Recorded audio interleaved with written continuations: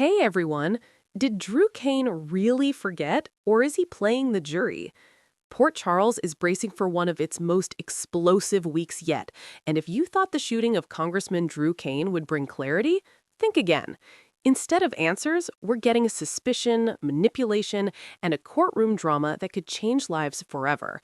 As the week of December 15 through 19 unfolds on General Hospital, nearly every character involved is left questioning what's real and who's lying straight to their faces.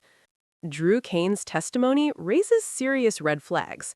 From the moment Drew Cain takes the witness stand, something feels off. Yes, he's walking with a cane. Yes, he survived a shooting that should have left deeper physical and emotional scars. But strangely enough, Drew appears almost untouched.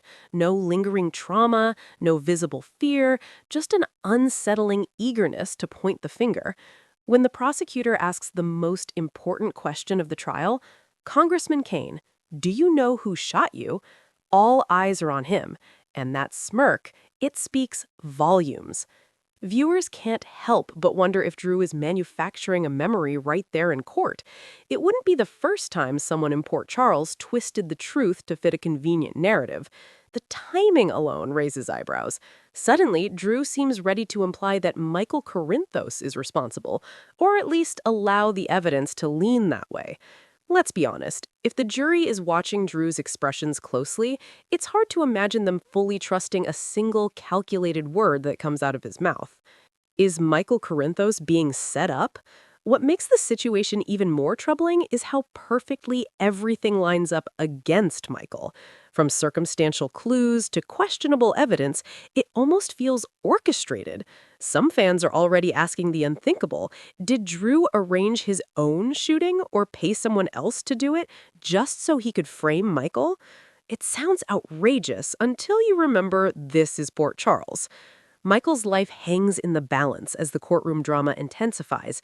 Every glance, every pause in testimony, and every unanswered question inches him closer to a potential nightmare scenario. And Drew? He seems far too comfortable watching it all unfold. Willow's trial takes center stage. As Drew testifies, the focus also shifts to Willow's heartbreaking legal battle.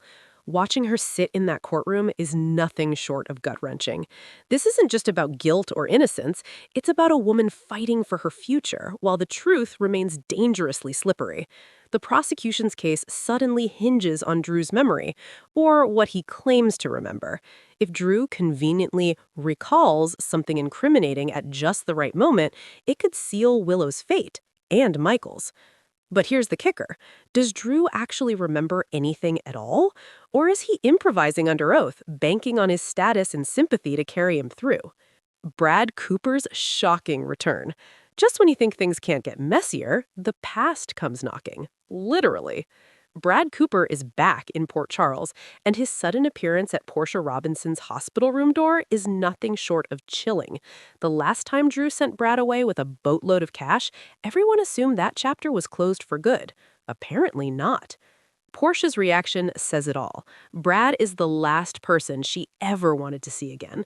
Yet here he is, smiling like he never left, carrying secrets that could either destroy lives or save them. Why is he back? Is he here to help, or is he being pulled into yet another dangerous scheme? Fudged test results and dangerous secrets. Let's not ignore the elephant in the room. Brad has a history, one that involves altered lab results and devastating consequences.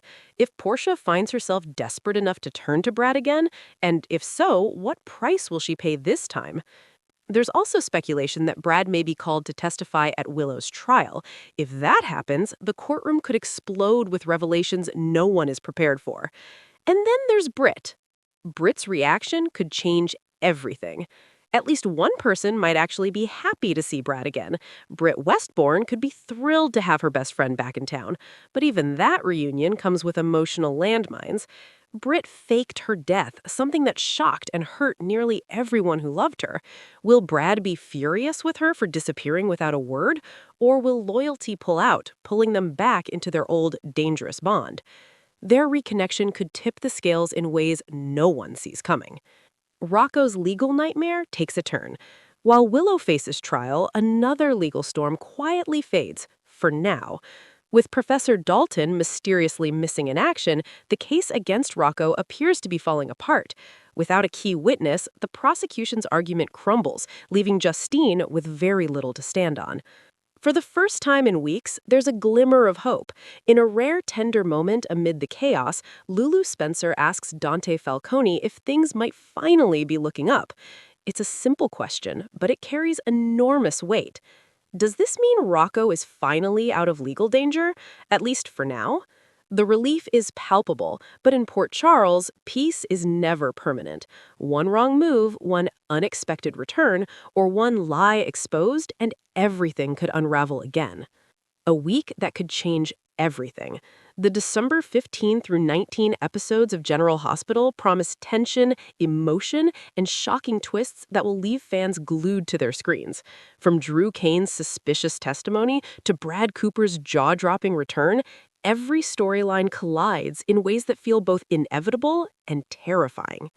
Is Drew a victim or a master manipulator? Will Michael pay for a crime he didn't commit? Will Willow survive a trial built on half-truths and lies?